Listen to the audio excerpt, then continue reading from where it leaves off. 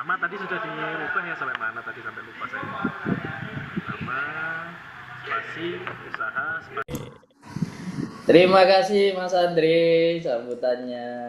Tepuk tangan buat kita semua, reaction saja ya. Oke, tepuk tangan ya biar seru ya. Bapak Ibu, gimana kabarnya? Puasa hari keberapa ini Mas ya? Yang mana ikut yang mana ini? Yang pemerintah deh, yang pemerintah. Iya. Udah yang 14, udah yang 15 ini. 14 sampai 15 Iya. 2 minggu ya, nggak kerasa ya. Iya. Oke, baik. Nggak terasa sekarang udah 20.26. Izinkan saya langsung Sana, mulai ya Bapak Ya. Ibu. Dan saya sapa Bapak Ibu semuanya dengan salam yang sangat bahagia. Assalamualaikum warahmatullahi wabarakatuh. Waalaikumsalam warahmatullahi wabarakatuh. Oke, terima kasih Bapak Ibu. Bagi yang sudah menjawab, insya Allah akan diberikan keselamatan dan kelancaran rezeki, sukses berkah semuanya. Bagi yang menjawab dalam hati, doa yang sama untuk kita semua. Baik, izin Bapak Ibu untuk saya share screen ya materi pada hari ini. Apakah sudah muncul ya Bapak Ibu ya? Oke. Oke, wah ini agak lemot ya ini ya laptop saya. Sip, apa-apa. Oke. Sudah tampil share screen-nya Bapak Ibu? Sudah tampil di layar monitor Bapak Ibu semuanya? Sudah ya. Terima kasih atas feedback-nya. Baik, saya dikasih waktu sampai jam berapa Mas Andri, mohon izin biar saya bisa menyesuaikan terkait dengan penyampaian materinya. Ya, sampai jam 21.15. 21.15 ya. Jadi sekarang 20.30 kurang lebih, nanti saya presentasi kurang lebih di 45 menit. Nah, insya Allah nanti kita ada tanya jawab sebentar. Mudah-mudahan mendapatkan insight ya. Oke. Tanpa perlu panjang kali lebar lagi, nanti materi yang akan kita bahas adalah Product and Value Proposition Strategy. Ya, bahasa kerennya seperti itu, bahasa Inggrisnya. Tapi pada prinsipnya adalah bagaimana kita bisa memberikan suatu nilai tambah kepada layanan maupun produk kita agar produk kita bisa menjadi solusi bagi target market kita. Izin ya, sebelum itu saya ingin memperkenalkan diri. Mungkin bagi yang belum kenal dengan saya, nama saya Arvin Mardianto Bapak Ibu. Saya juga business owner, saya juga punya bisnis. Saya juga ambil Certified Mentor BRM dari CRA University. Kemudian saya juga sebagai pendamping UMKM dan juga trainer UMKM Bapak Ibu. Nah, insya Allah juga punya beberapa menti yang kita bantu untuk kita kembangkan dan kita bersamai agar semuanya naik kelas ya. Jadi untuk diskusi dan selanjutnya mungkin bisa catat nomor saya, kita bisa kontak dan dihubungi baik di WhatsApp maupun sosial media lainnya. Panggilan akrabnya Mas Arvin saja ya, nggak usah perlu panggil coach ya. Ya karena biar akrab aja, karena saya mas-mas Jawa ya gitu-gitu ya. Oke, jadi mentor BRM saya ambil certified dan ini guru kita semua ya Bapak Ibu. Jadi kurma ini adalah kumpul dan belajar bersama CRA University. Siapa itu CRA? Ini beliau adalah guru kita semuanya. Nah ini yang saya menimba ilmu di CRA untuk pengambilan certified mentor BRM dan beberapa sertifikat yang saya ambil untuk menunjang profesi saya dan juga mendampingi bisnis UMKM yang lainnya Bapak Ibu ya. Nah, ini kolaborasi dan sebagainya kita ngisi di beberapa forum dan beberapa brand yang sudah kita dampingi Bapak Ibu. Oke. Baik, karena tadi juga diawali dengan pantun, saya ingin juga bikin pantun Bapak Ibu ya. Ingat kalau ada pantun passwordnya jawabnya apa? Cakep. Iya, enak ya. Ya, kita sekarang itu hanya modal pantun aja bisa cakep. Padahal saya jualan skincare ya. Skincare-nya nggak laku karena semuanya bikin pantun semua biar cakep ya. Oke, pantun ya. Ikan hiu, ikan teri. Cakep. Are you ready? Ready. Ready. Oke, baik, itu tandanya sudah masuk ke materi ya Bapak Ibu, karena semuanya sudah ready, ya kan? Oke, jadi ketika kita berbicara suatu bisnis, sebelum kita bicara tentang produk dan value proposition, kita sedikit review pertemuan sebelumnya. Sebenarnya apa sih bisnis Anda itu? Ya, coba ini saya pengen kenalan dengan 30 peserta itu. Tulis di kolom komentar apa bisnis Anda, ya kan? Nah, saya ingin tahu kira-kira apakah Anda memahami betul esensi daripada bisnis Anda. Kenapa? Karena di dalam materi Redefine Your Business bahwa salah satu faktor yang menyebabkan pengusaha bangkrut adalah gagalnya memahami hal-hal esensial di dalam bisnisnya. Ya kan? Di sini ada bilang warung makan bisnisnya, ada yang bilang cemilan keripik bisnisnya, ada toko kelontong dan bisnisnya. Coba itu bisnis atau produk? Itu bisnis atau model bisnis? Itu bisnis atau layanan bisnis? Nah, teman-teman harus memahami. Di sini saya coba mengingatkan kembali. Kuliner ya, itu bisnis atau bidang bisnis atau industri bisnis, ya kan? Jadi coba saya akan kembali mendefinisikan suatu usaha atau bisnis itu ke dalam suatu framework yang diajarkan oleh Coach Ridwan Abadi, ya kan? Jadi definisi usaha atau suatu bisnis itu adalah bagaimana bisnis punya goal, punya visi Bapak Ibu. Maka kita perlu susun itu melalui suatu serangkaian usaha. Sehingga suatu bisnis, suatu usaha itu adalah menghasilkan cash dengan cara, kata kuncinya Bapak Ibu, membantu orang, ya kan? Maka ketika kita membantu orang, kita perlu siapa yang kita bantu. Maka kita harus paham siapa target marketnya. Membantu orang untuk apa? Ada dua hal dalam bisnis yang harus kita perhatikan. Yang pertama adalah pasti di orang yang kita bantu atau target market itu punya kebutuhan, dan target market pasti punya masalah. Maka antara kebutuhan dan masalah yang dimiliki oleh target market, di sanalah ada yang namanya permintaan atau demand Bapak Ibu. Demand itulah yang bisa kita ambil sebagai peluang. Sehingga pada prinsipnya seorang pebisnis, seorang pengusaha itu adalah melihat permintaan tersebut, melihat adanya peluang di masyarakat, melihat peluang di market, melihat peluang di konsumen.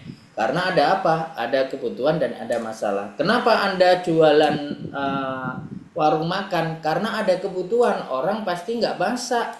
Ada yang nggak masak, ada yang butuh makan.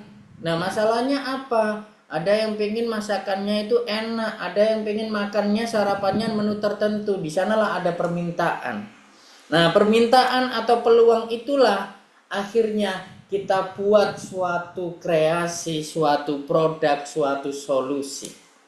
Jadi pengusaha itu adalah bagaimana menangkap kebutuhan dan memenuhi kebutuhan dan menyelesaikan masalah. Kita tangkap permintaan tersebut dengan kita melahirkan suatu solusi ataupun produk yang bisa relevan dengan target market kita. Nah, karena di sanalah peluang kita bisa ambil, peluang bisa kita eksekusi.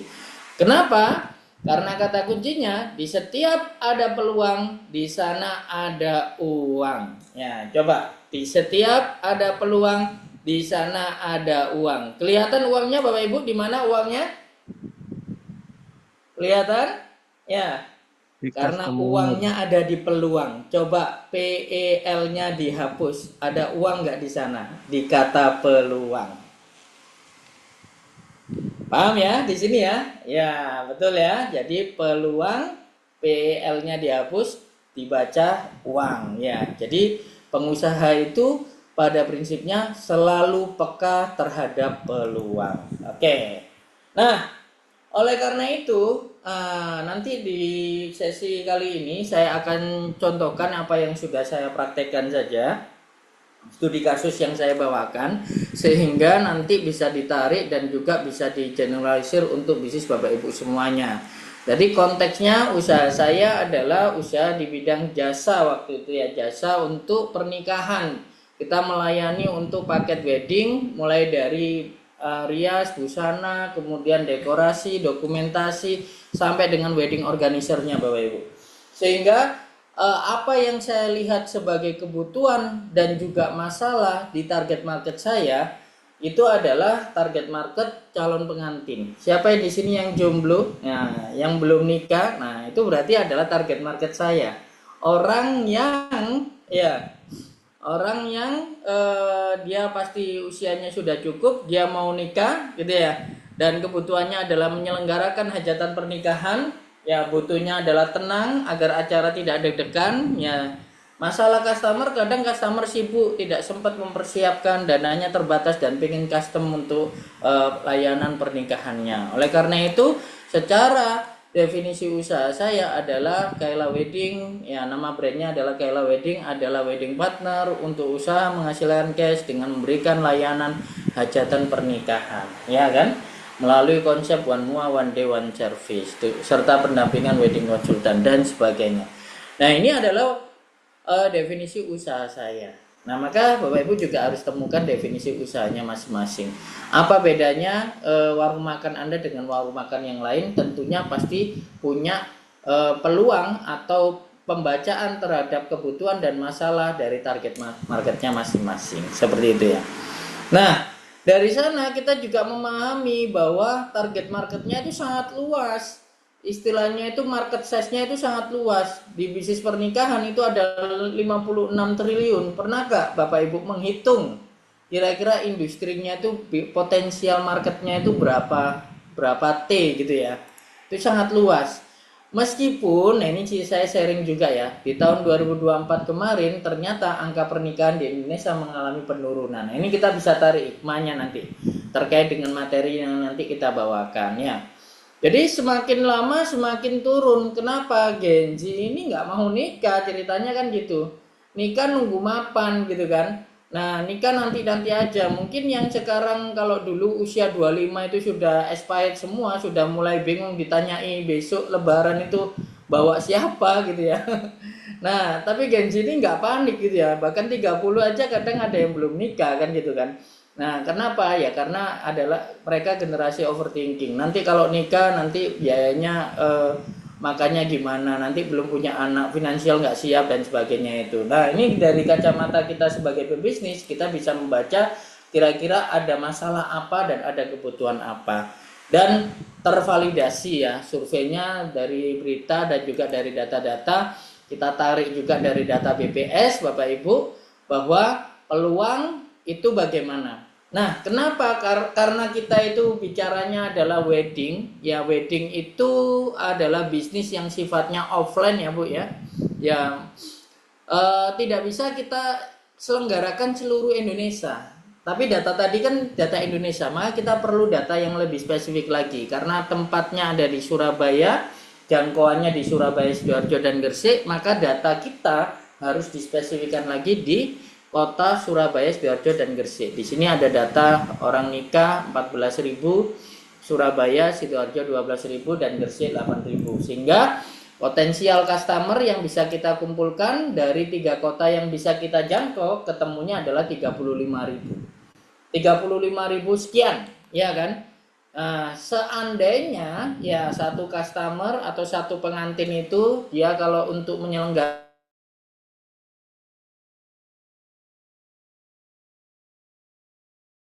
market size-nya, total market size-nya itu di angka 1,7 triliun per tahun. Artinya angkanya gede, Bapak Ibu ya. Nah, pertanyaan berikutnya, market size itu kan tidak hanya kita yang mengerjakan, tapi ada sejumlah kompetitor dan sebagainya. Maka kita harus ukur juga market share. Seandainya saya ambil 1% saja, maka saya masih bisa mengerjakan potensial marketnya senilai 17,9 miliar per tahun. Artinya ada marketnya. Dan bagaimana kita peluang bersaing sehingga kita bisa membuat suatu produk yang punya value. Nah ini poinnya. Masuknya di sini Bapak Ibu. Kenapa sih kita harus punya produk yang bervalue? Kenapa? Karena market itu nggak kita sendiri yang ngerjakan. Ya kan? Sama nanti warung makan, kuliner, jasa akuntansi, cuci karpet, toko kelontong, itu enggak Anda sendiri yang jualan, ya kan? Tapi ada market yang diperebutkan. Maka dari itu, ya kita harus bisa lihat di sini ada market share yang 1%. Artinya saya memperkirakan wedding di tempat saya kompetitor kurang lebih di 100 kompetitor. Tapi kalau kompetitor Anda banyak 1000, maka yang diambil market share-nya adalah 0,1%, gitu ya. Nah, itu gitu. Nah, oleh karena itu di dalam materi kali ini bicara tentang produk dan value proposition strategi, maka ada 3 pertanyaan fundamental yang harus kita pahami. Yang pertama adalah kolom target market. Ya, jadi bisnis itu kita punya target market yang kita akan sasar. Yang kedua, kita punya kompetitor. Ya, target market ini tidak hanya kita sendiri yang ngerjakan, tapi ada kompetitor yang mencoba juga melayani kebutuhan dan masalah dari target market. Maka kita harus menciptakan suatu value, jembatan, ya kan, antara target market dan kompetitor. Kita harus ambil bagian mana yang kita itu bisa menangkan di target market, yang akhirnya kita buat positioning diri kita, ya, dan bagian mana yang kita akhirnya juga ambil di sisi kompetitor supaya kita bisa menjadi pembeda atau diferensiasi, sehingga kita bisa lebih unggul daripada kompetitor. Nah, ini konsep dasarnya Bapak Ibu, bahwa bisnis itu intinya adalah value-nya kita bisa memposisikan bisnis kita, value kita di hadapan target market, dan kita menjadi pembeda dengan kompetitor. Itu yang namanya value, ya kan? Ya, sehingga langsung kita akan coba jelaskan. Di banyak industri tidak ada industri yang tidak punya kompetitor. Nah, bisa dibilang kalau industri yang tidak punya kompetitor, jangan-jangan industrinya tidak menarik. Nah, kira-kira gitu. Nah, ini ada industri air, selalu ada kompetisi. Ada industri teh, ya kan, teh kemasan, juga ada kompetisi.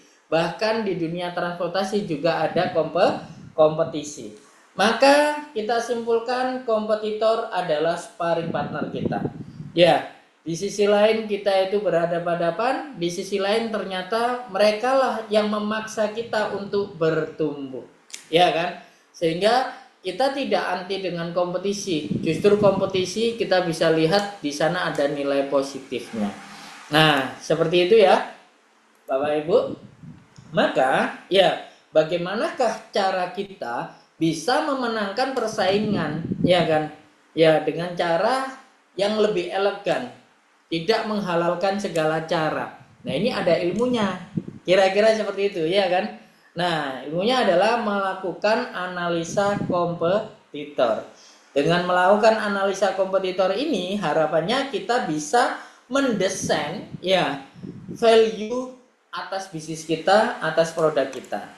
Nah, kita harus pahami bahwa siapakah kompetitor itu. Yang pertama ada 2 tipe kompetitor itu. Ada kompetitor langsung dan ada kompetitor tidak langsung. Apa yang dimaksud dengan kompetitor langsung? Kompetitor langsung adalah kompetitor yang punya produknya sama, tetapi produknya sama, marketnya juga sama, ya kan? Jadi kita bisa lihat tadi produknya sama, marketnya sama. Tadi air minum, berarti produknya sama, marketnya sama. Produknya sama-sama air mineral, ya marketnya juga sama untuk kalangan menengah ke bawah. Berarti kompetitor langsung tuh, market dan produknya sama. Tapi kalau kompetitor tidak langsung itu adalah produknya beda, marketnya sama. Contoh apa? Misalkan kuliner misalkan satunya adalah penyetan lele, satunya adalah ayam goreng. Ini sesuatu yang produknya berbeda tapi menyasar market yang sama. Itu juga dinamakan kompetitor, alias kompetitor tidak langsung karena produknya berbeda, begitu ya. Nah, oleh karena itu di dalam kompetitor, area kompetisi, pertimbangan konsumen memutuskan membeli itu kita harus petakan area kompetisinya. Setidaknya ada 5P yang harus kita petakan. Satu adalah variabel produk, dua adalah variabel price, tiga adalah place alias tempat, empat adalah promotion adalah promo, yang kelima adalah people, orang atau pelayanan. Itu adalah area kompetisi yang harus kita perbaiki agar kita bisa memenangkan kompetisi. Nah, siapanya itu kita juga petakan siapakah kompetitor yang terlama, siapakah kompetitor yang terunik, siapakah kompetitor terbesar atau terkuat, terdekat, dan terbaru. Nah, ini analisa kompetitor. Kita petakan semua, ya kan? Karena apa? Kita pengen mengamankan market share yang sudah kita tetapkan tadi. Karena kalau kita tidak memetakan kompetisi kita, kompetitor kita, maka bisa jadi kita kalah. Kalau kita kalah, maka market share kita semakin kecil. Seperti itu ya. Nah, ini kata Coach Ridwan. Guru bisnis terbaik adalah kompetitor yang sudah berhasil. Jadi jangan anti dengan kompetisi karena ada positifnya juga. Bahkan kita juga menjadi kita bisa belajar dari kompetitor yang sudah berhasil. Seperti yang kemarin, ya kan? Ada Mi Gacoan. Ya, Mi Gacoan itu sudah menguasai market permian, itu sudah hampir head to head dengan McD. Lah McD ini berarti bisa dibilang McD dan KFC ini adalah kompetitor tidak langsung. Marketnya sama, ya kan? Tetapi secara produk beda, satunya ayam, satunya mie. Kemudian ada Maumi. Lah Maumi ini ibaratnya ya masih baru lah ibaratnya. Sudah besar tapi masih baru. Dibandingkan dengan Gacoan mungkin lebih unggul Gacoan. Tetapi dalam konteks kompetisi, Maumi belajar banyak dari apa yang sudah dilakukan oleh Mi Gacoan. Nah, itu seperti itu. Maka guru bisnis terbaik adalah kompetitor kita yang sudah berhasil. Maka bagi teman-teman, kalau pengen membuat bagaimana bisnisnya itu bisa berkembang, industrinya Anda main di mana, kompetitor Anda siapa, paling gampang jurusnya ATM aja. Iya kan? Amati, tiru, modifikasi. Wah, modifikasi masih sulit mas. Udah jurusnya sekarang ATPK gitu ya. Amati, tiru, plug, ketiplek misalnya gitu. Ya kan? Jadi itu juga salah satu solusi. Artinya kalau kita punya bisnis potong rambut misalkan, ya itu kita juga lihat di sekitar kita ada nggak kompetitor yang berhasil. Ya sudah nyontek juga di sana, nggak ada masalah, ya kan? Nah itu seperti itu. Nah, oke, itu kompetitor. Sekarang gimana caranya kita bersaing ya dengan kompetitor kita? Maka ada suatu metode yang biasa kita gunakan yang namanya adalah SWOT analysis, ya kan? Strategi bersaing kita adalah SWOT analysis. Kita memetakan apa kelebihan kompetitor kita dan apa kelemahan kompetitor kita. Lalu kita juga petakan peluang apa yang bisa kita dapatkan dari kelemahan kompetitor dan tantangan apa yang harus kita siapkan dari kelebihan kompetitor, ya kan? Ini sekali lagi saya pakai contoh yang sudah saya lakukan. Nanti tanya jawabnya boleh bisnisnya masing-masing ya. Oke, contohnya saja, ya kan, SWOT kompetitor. Saya lagi memetakan kompetitor saya ini, namanya Aurora Organizer, gitu ya. Kelebihannya apa Aurora? Brandnya sudah cukup dikenal di Instagram, studio fisiknya besar, terlihat mewah, banyak pilihan gaun standar untuk breast size, jadi ukuran-ukuran yang standar ya. Nah, kemudian kelemahannya apa? Makeupnya kurang cenderung tebal atau kurang natural atau istilahnya itu tebal lah ya. Nah, tidak banyak pilihan busana big size, konsultasi formal ya karena mungkin ada SOP dan sebagainya yang itu terlalu kaku di timnya, banyak paket tambahan yang sifatnya itu berbayar. Nah, saya memetakan kelebihan dan kelemahan kompetitor, nemunya ini. Nah, itu gitu. Lantas, dalam konteks kita bersaing, ya ini konteksnya kayak wedding tadi, gimana caranya? Maka kelebihan kompetitor akan menjadi sesuatu tantangan bagi saya yang harus saya siapkan. Nah, akhirnya bagaimana? Karena brandnya sudah cukup terkenal, studio fisiknya besar, banyak pilihan gaun yang standar size, maka tantangan yang harus saya siapkan adalah kompetitor punya budget marketing yang lebih besar. Banyak promo diskon dari kompetitor, kerjasama vendor venue-nya besar-besar. Oke, itu tantangan yang harus saya siapkan. Lalu dari kelemahan kompetitor, peluang apa yang bisa saya dapatkan? Ternyata dari itu banyak calon pengantin yang ingin paketnya praktis, banyak pengantin yang ingin make up-nya natural bukan tebal, dan pasar untuk pengantin yang big size belum digarap dengan serius oleh kompetitor. Sehingga saya tidak mendapatkan peluang di sana. Nah, di sini nanti akan menjadi inputan saya untuk menyusun value. Paham ya? Dari satu tools ini, SWOT analysis, saya sudah mendapatkan contekan atau inputan dari value dari analisa kompetitor untuk SWOT-nya. Itu seperti itu. Oke. Lalu ada tools lagi yang namanya analisa kompetitor 5P, Bapak Ibu. Ya kan? Tools analisa kompetitor 5P. Apa itu? Jadi kita analisa sama, kita kombinasikan kelebihan dan kelemahan kompetitor, tapi kita detailkan lagi dari aspek 5P-nya. 1 produknya, 2 price-nya, 3 place-nya, 4 promotion-nya, dan yang kelima adalah people-nya. Kita analisa dari yang kuat produk, siapakah yang kuat produk, dari yang kuat harga, siapakah yang kuat harganya, dari tempat siapa kompetitor yang tempatnya lebih baik, dari promosi siapa kompetitor yang promonya lebih baik, dan seterusnya sampai dengan people. Nah, pemetaannya akhirnya seperti ini, shred, ya kan? Jadi dari aspek produk ternyata kompetitor yang kuat itu namanya Aurora WO tadi. Ya, kelebihannya apa? Koleksi gaunnya sangat banyak, dekorasi terlihat glamor, portofolio foto sangat estetik, misalkan gitu ya kan.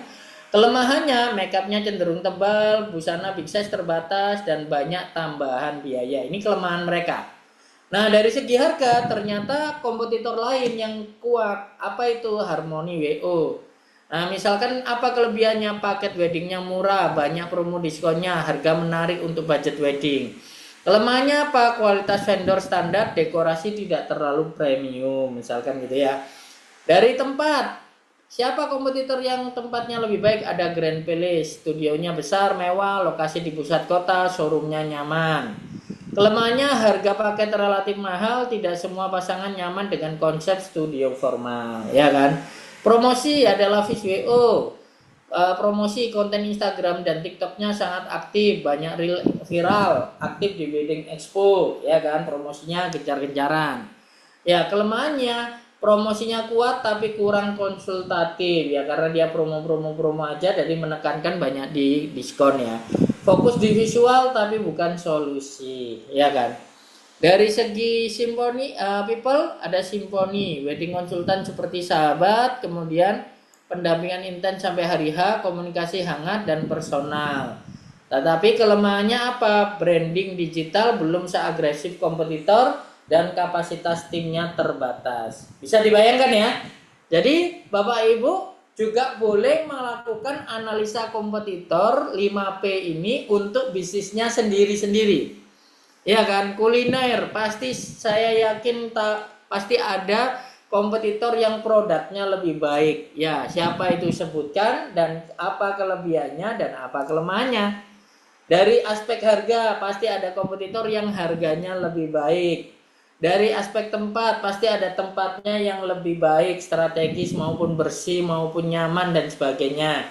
Dari aspek promo juga ada kompetitor yang promonya lebih baik kan gitu ya. Dari aspek pelayanan juga kita ada pelayanan yang lebih baik juga seperti itu ya. Jadi jangan semuanya Bapak Ibu silahkan petakan untuk bisnisnya sendiri-sendiri. Nah, di sini cara menarik analisanya seperti apa? Maka strategi bagi pemetaan itu tadi agar kita mampu menyusun produk dan value proposition yang baik, maka kita punya strategi yang namanya Be Better 5P namanya, ya kan?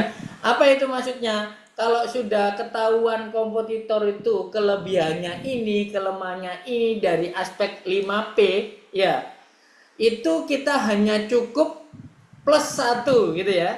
Jadi kita buat aja produknya itu lebih baik 1, ya, price-nya lebih baik, place-nya juga lebih baik, promonya lebih baik, dan people-nya juga lebih baik. Jadi contoh penerapannya seperti ini. Better product, perbaikan di produk apa yang akan Anda lakukan. Nah, better price, perbaikan di bidang harga apa yang akan Anda lakukan. Tadi mungkin apakah harganya dibuat skema tertentu dan sebagainya. Ya, better place, perbaikan di bidang tempat apa yang akan Anda lakukan. Mungkin dekorasinya saya mau buat warna pink, saya bikin tempatnya itu Google review-nya itu bagus, ya banyak sekali social proof-nya dan sebagainya. Better promotion, perbaikan di bidang promo apa yang akan Anda lakukan. Ya, contoh misalkan nikah untuk yang kedua kali, diskon 20%, misalkan gitu ya. Contoh saja ya. Better people, perbaikan di bidang SDM atau layanan apa yang akan Anda lakukan. Ini adalah suatu framework. Nah, penerapannya kurang lebih seperti ini ya. Nah, ini contoh. Be Better 5P di bidang wedding, atau konteksnya adalah saya menyusun untuk bisnis saya di Kaila Wedding, di jasa wedding organizer ya. Jadi better product, apa yang saya lakukan? Saya akan menguatkan konsep natural beauty wedding experience dengan diferensiasi. Jadi konsepnya adalah bagaimana saya menguatkan make up flawless dan natural. Kenapa? Karena kompetitor tadi ada kelemahan bahwa make upnya tebal, tidak natural. Maka saya buat itu, saya sasar itu, saya hajar bagian itu. Nah, supaya apa? Saya menang. Ya. Kemudian koleksi busana cantik yang big size. Ya, kalau di sana busananya ukuran untuk yang slim-slim lah. Ini kan kasihan. Untuk teman-teman para jomblo-jomblowati yang itu mungkin ada kendala di berat badan gitu ya, bodinya volumenya besar gitu ya, nggak kesulitan. Nah, maka saya ambil itu sebagai better product. Jadi saya punya koleksi busana yang cantik untuk ukuran big size, ya kan. Kemudian ada kelemahan juga untuk produk yang kadang mereka itu hanya menyediakan pritilan. Apa ya pritilan itu? Ya dia hanya make up saja, busana saja, dekor saja, itu mencar-mencar gitu. Maka saya buat bagaimana paket weddingnya lengkap siap terima beres. Nah, itu gitu. Dan bagi market tertentu, mereka saya akan sediakan garansi layanan agar pengantin merasa aman dengan kurasi vendor terbaik agar kualitas terjaga. Nah, dari sini strategi better product insya Allah itu bisa tercover mengingat data analisa kompetitor yang sudah saya lakukan seperti itu ya. Better price gimana? Kita buat sistem harga yang lebih transparan dan mudah dipahami oleh pengantin. Misalkan paket wedding all in tanpa biaya tersembunyi. Dari semuanya itu dari segi strategi harga semuanya sudah saya rincikan dan tidak ada istilahnya biaya-biaya yang tiba-tiba membengkak di akhir. Tambahan-tambahan yang tidak terbuka, tidak transparan. Itu tidak saya pakai ya. Saya pakainya adalah yang transparan saja. Bahkan simulasi budget wedding sebelum deal itu semuanya sudah transparan di awal, ya kan? Pilihan paket bisa fleksibel sesuai kebutuhan pengantin. Bahkan ada promonya, bahkan sistem pembayarannya juga saya buat secara bertahap, ya kan? Ini contoh juga. Contoh lagi misalkan di Better Place menciptakan pengalaman konsultasi yang lebih nyaman. Konsultasi juga bisa via online, offline atau bahkan hybrid. Jadwal konsultasi bisa fleksibel, fitting busana yang nyaman, ruang konsultasi bisa kayak ngobrol, jadi nggak perlu formal-formal banget gitu ya. Bahkan yang biasanya konsultasi atau TM itu biasanya ada biaya tambahan, kita gratiskan. Ya, seperti itu. Nah, oke, dari Better Promosi juga bisa kita lakukan tuh. ya misalkan promosi dari sekedar foto wedding menjadi edukasi calon pengantin. Banyak kebutuhan sebenarnya untuk pengantin itu, mereka tidak hanya membutuhkan promo, melainkan layanan-layanan tambahan yang itu lebih edukatif, itu lebih menarik lah. Itu kita buat seperti itu. Konten pun kita buat tidak hanya konten-konten viral, tapi konten-konten edukasi yang itu isinya adalah tips persiapan pernikahan. Ya, edukasi memilih WO yang tepat, story pengalaman pengantin bersama Kayla, video BTS di hari pernikahan, termasuk juga testimoni-testimoni yang sifatnya real, ya, pengantin yang sudah menggunakan jasa kami. Seperti itu. Better People-nya kita menguatkan layanan wedding konsultan seperti sahabat sendiri dengan pendampingan intens sejak awal sampai hari H, respon komunikasi yang cepat, memberikan solusi saat pengantin bingung, tim yang ramah dan empati, sistem komunikasi yang jelas antara pengantin dan juga tim. Nah, ini contoh strategi Be Better 5P yang saya lakukan ya ketika kita menghadapi persaingan yang seperti itu di lapangan. Sehingga dari itu kita akhirnya buat set ya kolom-kolom yang kuning ini kita akan susun menjadi suatu value yang itu kita akan terus komunikasikan kepada target market Bapak Ibu. Nah, pertanyaannya gimana dengan bisnis yang lain? Nah, bisnis yang lain pun kita bisa buat skemanya. Jadi contoh Bapak Ibu punya bisnis apapun ya, di dalam mungkin kolom komentar itu ada yang kuliner, ada yang jasa akuntansi, ada yang cuci karpet, ada yang toko kelontong, cemilan keripik, warung makan, dan seterusnya. Bapak Ibu juga bisa pakai strategi Be Better 5P ini tadi, better product, better price, better place, better promotion, dan better people. Ya mulai dari kita rubah desainnya, teknologinya, kegunaannya, kenyamanannya, kualitinya, value-nya, packagingnya, branding produknya, aksesorisnya, bergaransinya, itu bisa menjadi satu bagian senjata untuk better product, ya kan? Nah, nama risol bolen pisang, apanya yang mau di better product kan, ya kan? Packagingnya itu sudah stand out, itu sudah lebih unggul daripada kompetitor. Ya, branding produknya, ya kan? Vina Risol. Mungkin garansi produknya, ya kan? Kalau nggak enak uang kembali. Ah, misalnya gitu ya, itu better product gitu ya. Better price, kita buat skimming harga saat peluncuran, kita buat penetrasi harga, kita buat psikologikal harga coret, harga ganjil dan sebagainya. Kita buat loss leader, produk umpan dan sebagainya. Itu adalah strategi untuk better price, ya kan? Sedangkan better place kita buat misalkan ada retail, ada grosir, ada pemesanan via surat, internet, direct selling, peer to peer, ya multi channel dan sebagainya. Itu adalah strategi untuk distribusi atau strategi di bidang tempat. Better promosi kita buat special offer, penawaran spesial, iklan, endorsement, uji coba, ya kan free gift, ya competition, ya atau bahkan kerjasama usaha. Itu juga promosi-promosi yang bisa kita mainkan.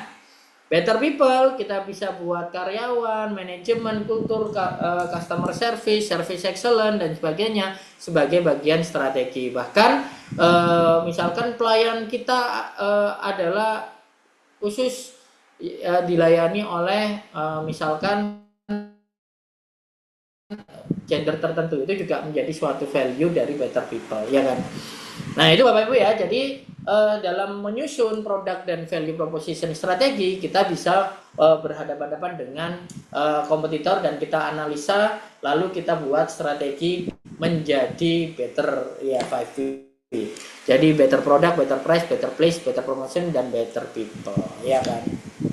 Oke, nah sehingga kalau kita langsung masuk ke dalam bagaimana memenangkan persaingan, itu ada 3 hal, ya 3 variabel yang berebut, yang berkepentingan, ya kan?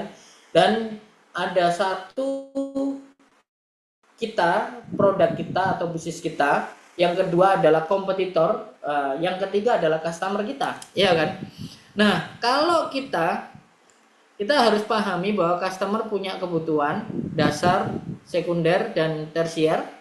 Sedangkan kompetitor tadi ada kompetitor langsung, tidak langsung, dan kok area kompetisi ada di 5B. Sedangkan kita punya produk dan punya value fungsional, emosional, dan spiritual, maka strategi bersaing itu ada arenanya yang harus kita menangkan. Arenanya mana? Jangan di arena dumb zone. Apa itu dumb zone? Dumb zone adalah keunggulan kita dengan keunggulan kompetitor itu beririsan, tetapi keunggulan tersebut tidak dibutuhkan oleh customer kita. Dumb zone, ya kan, zona bodoh. Ya ngapain kita bersaing di bagian yang customer nggak butuh?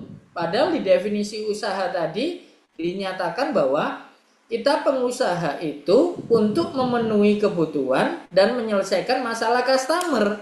Jadi kalau kita bersaing di bagian yang tidak dibutuhkan customer, dumb zone, kan gitu kan? Ya. Atau kita bersaingnya di sini. Kompetitor unggul, customer membutuhkan keunggulan kompetitor, tetapi produk kita nggak nyampe di sana. Namanya losing zone, zona kalah, ya kan? Kalau zona kalah, ya kalau kita bermain di medan itu, jelas kita akan kalah, ya kan?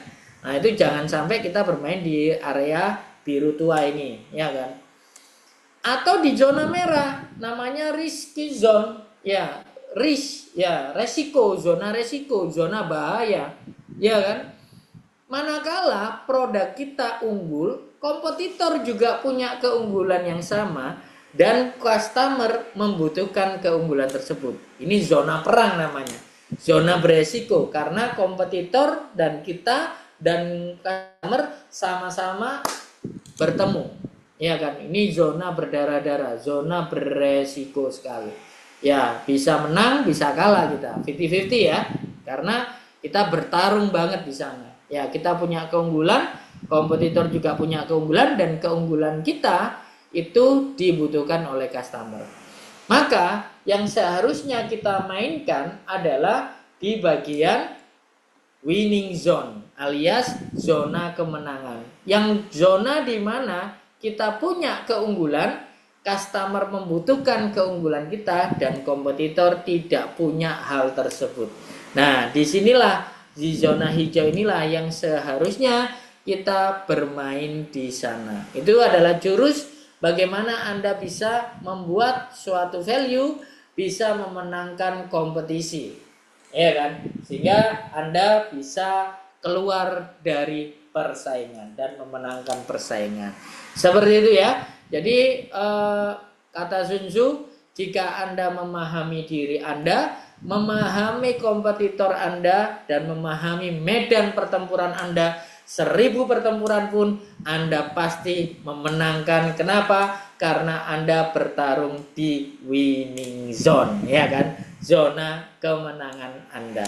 Itu ya. Sehingga ini adalah frameworknya. Oke, dari pemetaan itu Bapak Ibu, ya kita bisa lihat ya pemetaan tadi yang sudah saya contohkan. Ya. Oke, ini ya. Nah, di sini kita bisa lihat ya, kita analisa itu ya, produknya itu apa, siapa yang berkompetisi, siapa kompetitor yang unggul, kelebihan dan kelemahannya, dalam hal produk, price, place, promotion, dan people. Terus akhirnya kita bisa merumuskan seperti ini, ada make up flawless dan natural, koleksi busana pengantin big size, paket lengkap siap terima beres, bergaransi, sampai dengan wedding konsultan seperti sahabat sendiri. Wah, akhirnya kita susunlah ya value proposition bisnis Kela Wedding seperti ini. Boleh disimak dari value yang kita rumuskan, akhirnya menjadi suatu company profile, suatu bahan iklan yang kita komunikasikan kepada target market kita. Silakan disimak. Oke, sebentar. Suaranya nggak keluar ya. Nah, ternyata ini saya salah di sini. Share. Oke, sip.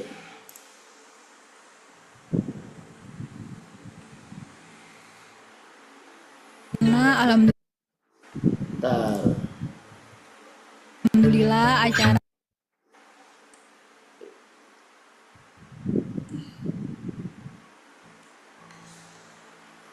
Oke. Bentar. Oke, kita simak. Ini adalah hasil dari analisa kompetitor tadi. Kemudian kita rumuskan, kita analisa kelebihan kelemahan mereka dan kita rumuskan menjadi suatu strategi Be Better 5P, dan outputnya adalah konten atau komunikasi, ya komunikasi Kaila Wedding, value-nya seperti apa yang akan dikomunikasikan kepada target market kita. Silakan disimak. Seneng banget karena alhamdulillah acara berjalan dengan lancar, mulai dari akad nikah sampai dengan resepsi. Apalagi di tengah PPKM kayak gini banyak banget was-was, dari tim support juga bisa ngehandle. Makasih banget. Tetap luar biasa, profesionalitasnya itu baik sekali. Karena Kaila Wedding punya 5 keunggulan agar hari spesialmu makin bahagia. Make up flawless dan natural, koleksi busana pengantin big size, bergaransi, wedding konsultan seperti sahabat sendiri, dan paket lengkap setiap terima beres. Kalau mau nikah pilih di Kaila ya. Jika kalian ingin nikah, pilih Kaila Wedding. Terima kasih. Bye. Kaila Wedding, bahagia pengantinnya sama keluarganya. Iya, oke. Jadi itu ya kesimpulannya. Jadi Seneng banget karena hasil daripada analisa untuk kita merumuskan value proposition, dan tentunya 5 keunggulan Kaila Wedding itu tidak final Bapak Ibu, karena tahun itu terus berganti, pasar juga selalu berubah dari tahun ke tahun. Ya, maka pesan dari guru kita adalah terus berinovasi untuk bisa memberikan yang terbaik kepada konsumen dan lebih baik dari kompetitor. Itulah hakikat value proposition strategy, produk dan value proposition strategy. Terima kasih, saya Mas Arvin. Mudah-mudahan materinya bisa bermanfaat. Saya buka tanya jawab dan monggo silaturahim di grup UMKM Pemula Pekerja, dan saya kembalikan kepada Mas Moderator. Terima kasih, silakan. Baik, terima kasih Pak Arvin atas materinya yang luar biasa sekali. Mohon maaf sebelumnya saya izin off cam dulu ya, daripada nanti saya terlempar lagi karena ponsel ketika saya overheat. Untuk yang selanjutnya kita langsung ke tanya jawab dulu ya. Sepertinya kita ke tanya jawab dulu. Pak Arvin, kira-kira ada berapa pertanyaan nih yang bisa dijawab hari ini? Bebas Mas, sepuasnya. Masya Allah, terima kasih banyak. Mungkin yang raise hand dulu ya, itu ada 3 orang. Boleh. Yang pertama dari awal udah resen itu. Ya benar, Siapa dari Bu Andini Group. Kalau Andini Group ini, Mbak tolong bisa on cam dan mikrofonnya bisa dinyalakan untuk langsung bertanya. Waktu dan tempat kepada Andini Group dipersilakan.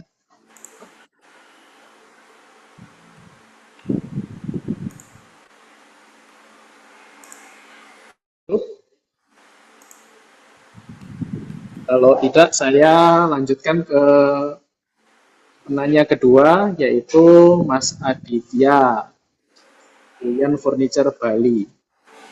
Mas Adit, dipersilakan Mas Adit, pertanyaannya disampaikan. Bisa on cam sama open mikrofonnya.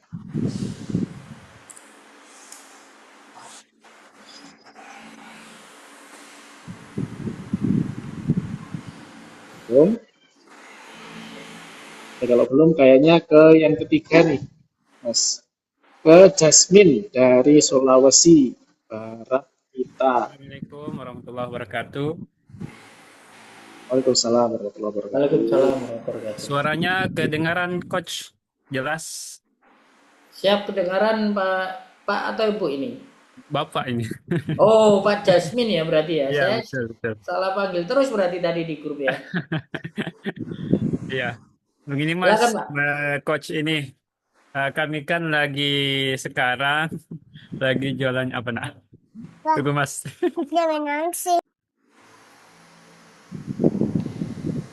Ya, baik. sekarang kan ini lagi fokus di pengembangan usaha koperasi coach. Dan salah satu usahanya itu ada cemilan coach, yaitu Ya. keripik pisang itu dari kelompok tani coach itu. Dan alhamdulillah meskipun masih ada sedikit keraguan, eh udah market fit coach produknya. Itu udah repeat ordernya alhamdulillah. Yang meskipun di awalnya kami nembak semua coach pasarnya, tapi ternyata setelah jalanin beberapa bulan ternyata marketnya itu ada di warung coach, warung makan coach begitu. Warung makan ya. Oke. Iya. Nah, ini sekarang lagi mau ekspansi pasar coach ini karena udah dari sisi produksi sudah over ini. Takutnya ini bagaimana gitu di pasarnya. Jadi rencananya mau masuk ke minimarket. Cuman coach ini kemarin ada saran untuk buat minimarket coach. Jadi sekalian buka apa bisnis retail begitu coach. Tapi Oke. anunya bisnis utamanya itu oleh coach begitu. Keripiknya ya. Keripik Iya, atau betul coach. Keripik dan macam-macam lah oleh-olehnya. Cuman oke. mengatakan ini. Nah, kira-kira coach ini bagaimana coach? Ada saran coach terkait mengenai pembukaan bisnis retailnya, terkait persentase stok dan ya ya bagaimana lah coach? Mungkin seperti Ya. itu, coach ya. Assalamualaikum Ya. warahmatullahi wabarakatuh. Oke, siap. Pak Jasmine ya, makasih atas pertanyaannya. Langsung saya jawab aja Mas ya, biar gak lupa maksudnya. Mas Okta izin jawab langsung ya. Oke, kayaknya Mas Okta keluar juga ini. Ya, Ya. silakan masuk dulu. Oh, silakan. Silakan Pak Arvin. Ya, baik Pak Jasmine. Jadi mau konfirmasi ya, berarti bisnis keripiknya itu sudah market fit, sudah ada repeat order, ya kemudian jalur distribusinya adalah di warung makan. Nah, ini mau dikembangkan, tetapi langkah yang dikembangkan adalah di retail. Nah, sebelum saya menjelaskan terkait dengan kalau di retail nanti komposisi produknya berapa gitu ya, itu mungkin saya menyoroti untuk ekspansinya tadi. Jadi ekspansi antara kita bisnisnya tadi keripik ya kan, keripik tadi sudah market fit melalui jalur warung makan tadi. Nah, sebenarnya kalau memang sudah tervalidasi itu kan enak, itu sudah tinggal duplikasi langsung. Artinya kita kembangkan di market yang sama. Pertanyaan saya kan, apakah semua warung makan di Sulawesi Barat itu sudah sudah dikuasai marketnya oleh produk oleh-olehnya kan gitu. Kalau enggak, saran saya itu yang difokusi kan gitu kan. Nah, itu poin pertama. Jadi untuk mengembangkan bisnis itu kita bisa pakai strategi penetrasi market sebenarnya.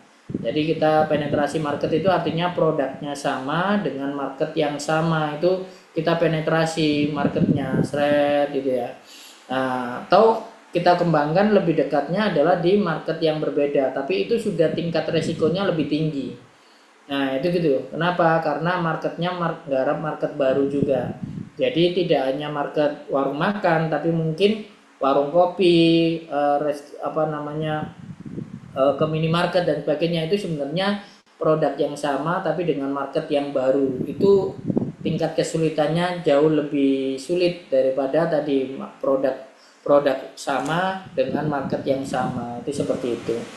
Nah, konteks sampean tidak hanya konteks Pak Jasmine mau kembangkan tidak hanya produknya masuk ke minimarket, tapi disuruh membuat minimarket sendiri, itu seperti mengembangkan produk baru atau bisnis baru di market yang baru. Itu namanya diversifikasi. Lah, diversifikasi itu resiko dan juga tingkat kesulitannya jauh lebih tinggi.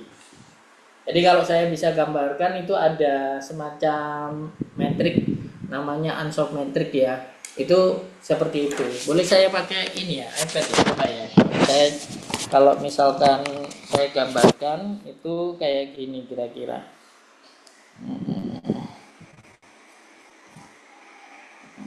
Sebentar.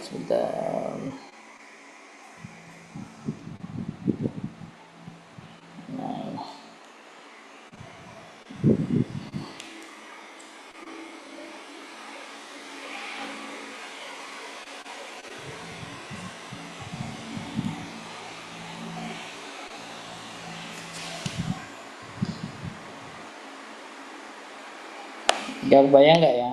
Nah, jadi ini produk, ini produk lama, ini baru, ini lama, ini baru, ini adalah dimensi produk, ini dimensi market. Nah, kalau produk lama ketemu market lama, di sini namanya market penetrasi. Ini lebih enak ini. Jadi jenengan punya produk oleh-oleh ya, dipasarkan di market yang sama, yakni warung makan. Lah fokus ke sini, ini lebih enak ya, tidak lebih sulit kan gitu kan. Tapi kalau produk oleh-oleh dipasarkan di market yang baru, nah ini namanya market development. Di sini lebih susah karena awalnya ini warung makan misalkan, ya kan. Di sini toko oleh-olehnya mau masuk ke minimarket, nah misalkan gitu ya. Nah ini lebih susah ya. Nah tapi lebih susahnya lagi, jenengan tadi mau berencana bikin produk baru di market yang baru. Jadi produknya itu semuanya produk baru di sini ya. Ya produk katakanlah retail tadi sembako gitu ya. Marketnya minimarket. Ini namanya diversifikasi. Nah, semakin ke sini, nah ini saya kasih merah aja. Itu semakin beresiko. Maksudnya tingkat kesulitannya tambah sulit gitu ya. Nah, yang disiapkan juga harus tambah berat. Kalau infrastrukturnya nggak siap, ya itu malah mengorbankan produk yang sudah market fit. Nah, ini produk market fit. Nanti mengorbankan itu sih, itu poinnya.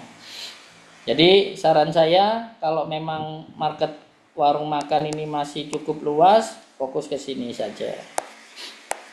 Fokus ke sini saja. Zona ini, itu yang diperkuat gitu ya. Mungkin itu jawaban dari saya. Mudah-mudahan terjawab ya, Pak Jasmine. Baik, gimana Pak Jasmine? Sudah cukup puas dengan jawabannya? Masya Allah, sangat beri.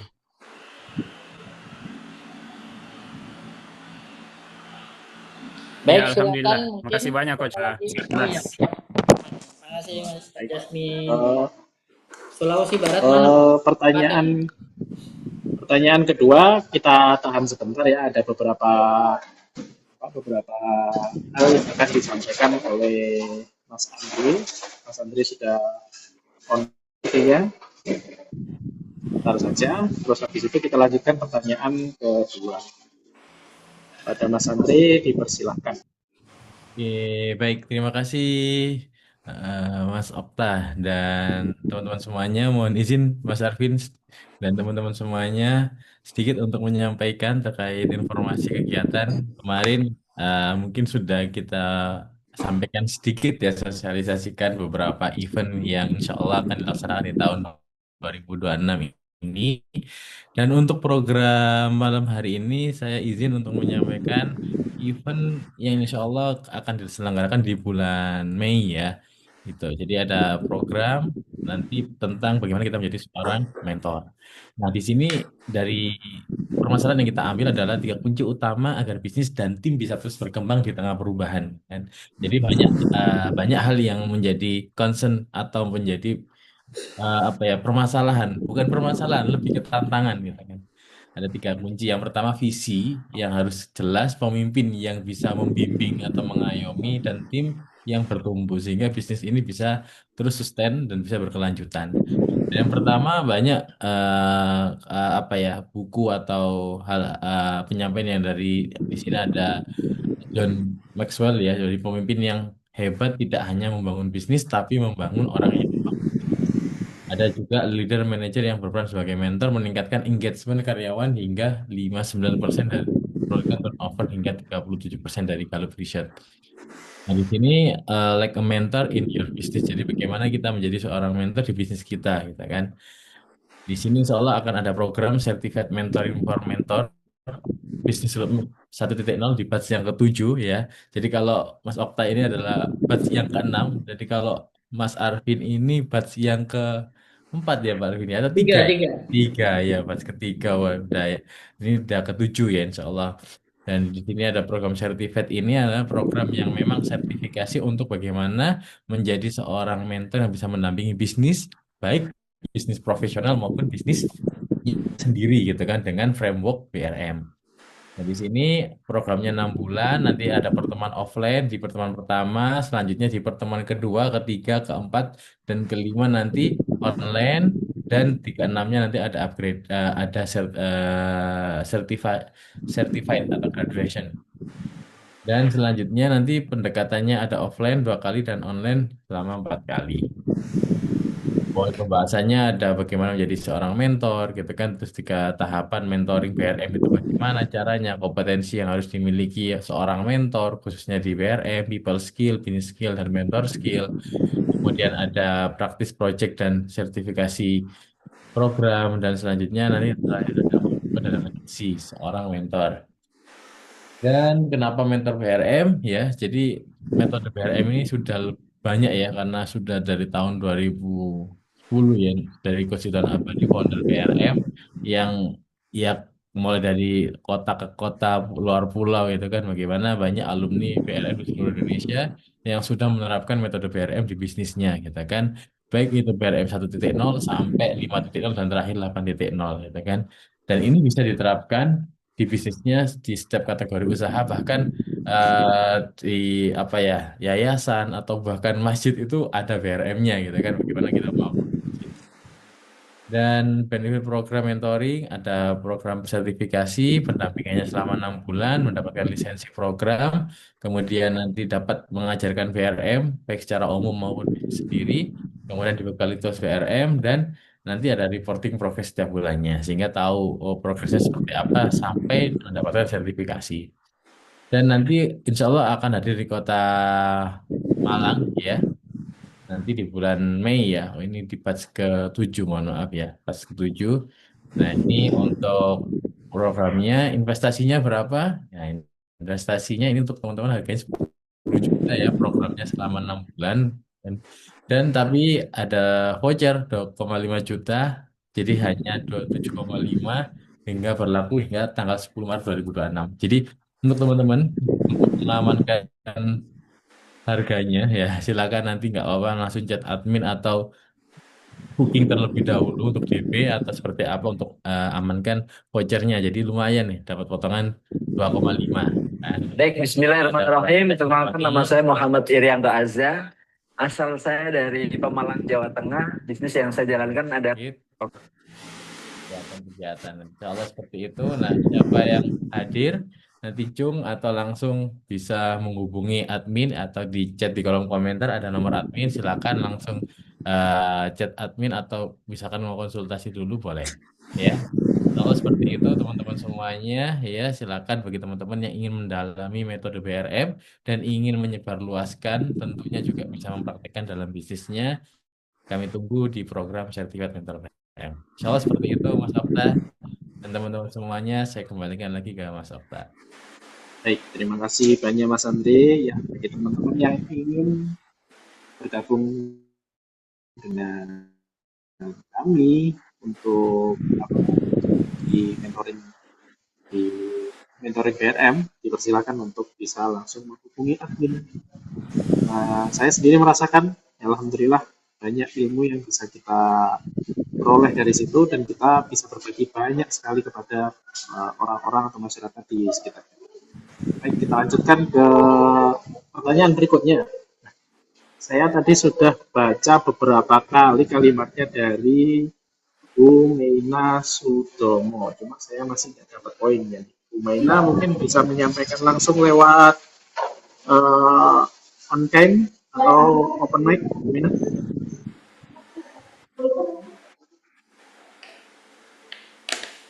Meina.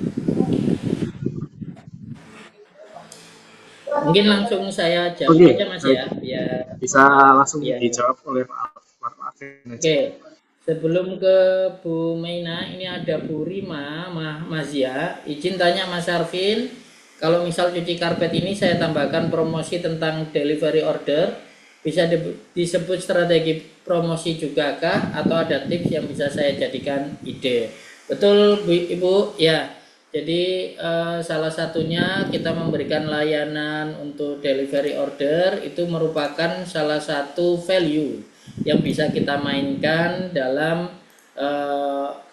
bisnis kita seperti itu. Nah, idenya apa? Nah, kita bisa pakai ini, Bu. Nah, ini yang sudah saya pakai, misalkan promosi penawaran spesial gitu kan. Khusus hari Jumat ya cuci karpet masjid dapat potongan 50%, misalkan gitu ya, Bu ya. Jadi itu contohnya untuk special offer ya kan. Terus misalkan kita juga pakai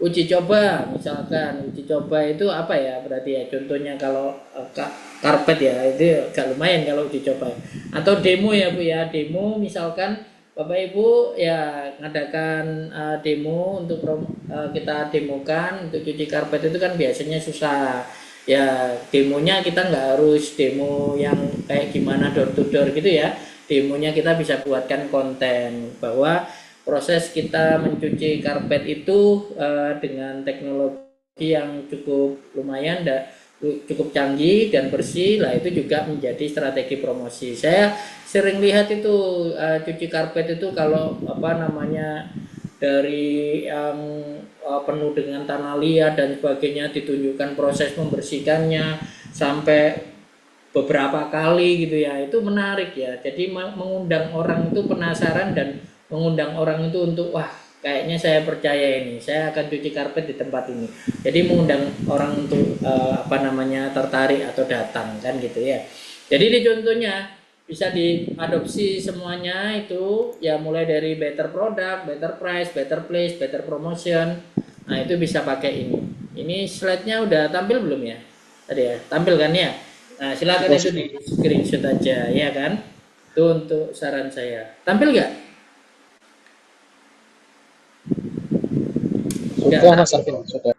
Sudah tampil ya? Oke, siap itu gitu. Oke, terus selanjutnya untuk tadi Bu Meina Sudomo, apa kriteria untuk menetapkan satu pelaku usaha di bidang yang sama adalah kompetitor kita? Betul, bidangnya sama alias produknya sama, sama-sama jualan ayam, itu namanya produknya sama, tapi nggak selalu yang produknya sama itu kompetitor Bu. Jadi contoh nih ya, kita sebut merek aja ya, nggak apa-apa ya, sama-sama ayam goreng tepung gitu kan ya, satunya McD, satunya Hisana, kira-kira mereka berkompetisi enggak? Kenapa? Karena Hisana marketnya adalah market bawah, sedangkan McD marketnya adalah market menengah atas kan gitu. Mereka nggak ketemu karena harganya nggak ketemu. Dikatakan kompetisi adalah ketika mereka itu ketemu berhadapan-hadapan merebut market yang sama. Nah itu namanya kompetisi. Makanya di dalam kompetisi konsepnya ada kompetisi langsung dan kompetisi tidak langsung. Yang dinamakan kompetisi langsung adalah manakala produknya sama, marketnya sama. Kata kuncinya adalah di produk sama, market sama. Kompetisi harus marketnya sama. Yang langsung produknya sama.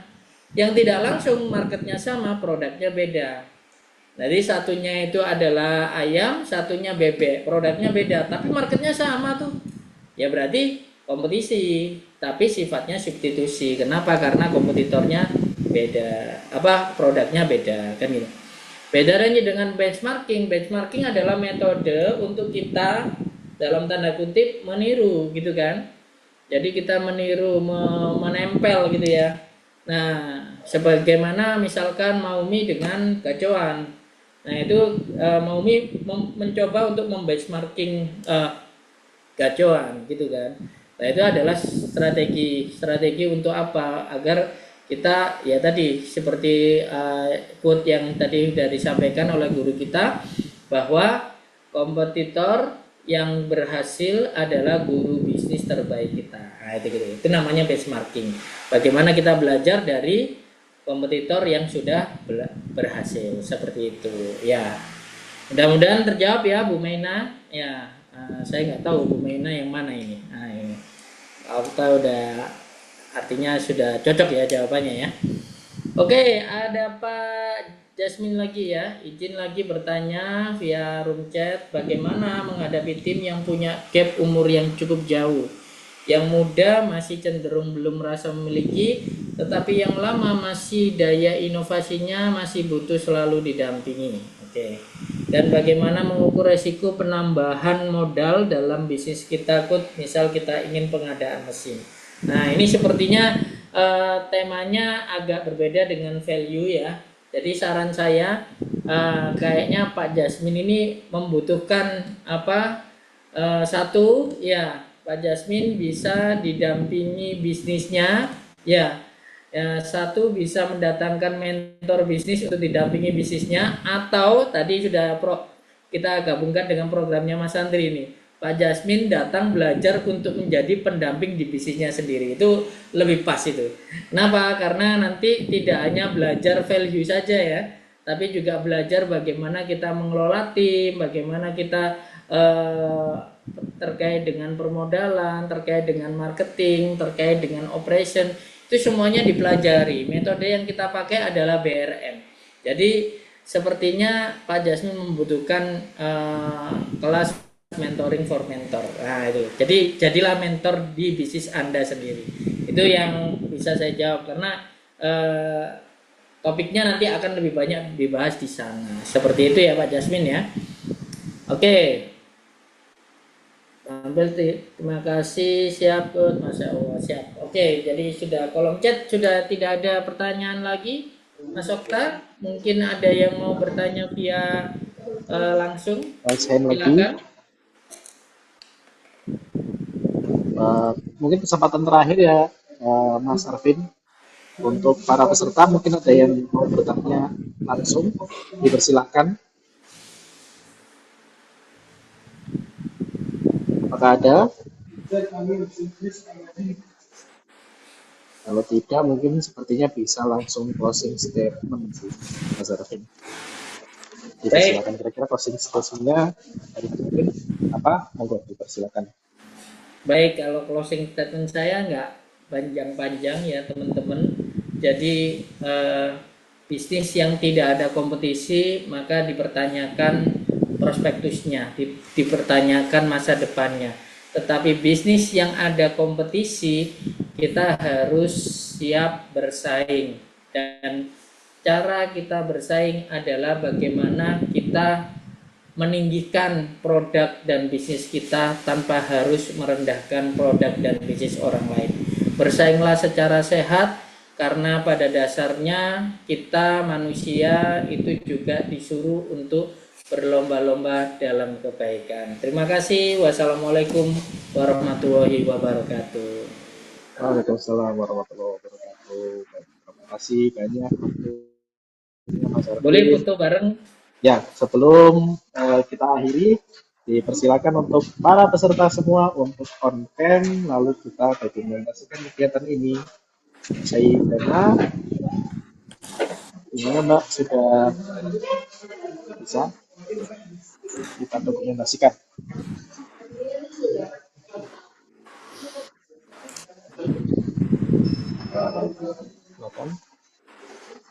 Bentar, saya masuk dulu.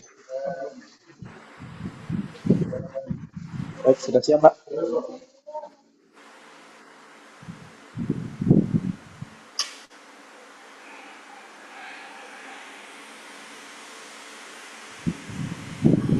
Siapa yang screenshot ini? Pak Saidana, sudah Mbak Dana? Pak Sai, yang screenshot, oke?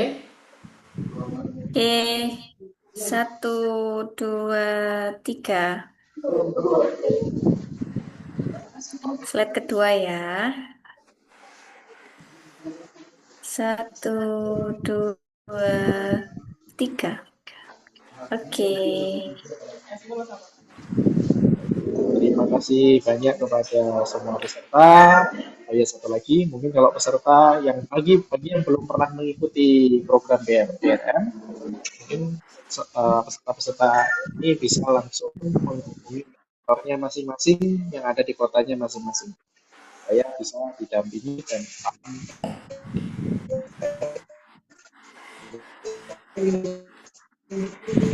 ini satunya dari saya. Wassalamualaikum warahmatullahi wabarakatuh. Waalaikumsalam warahmatullahi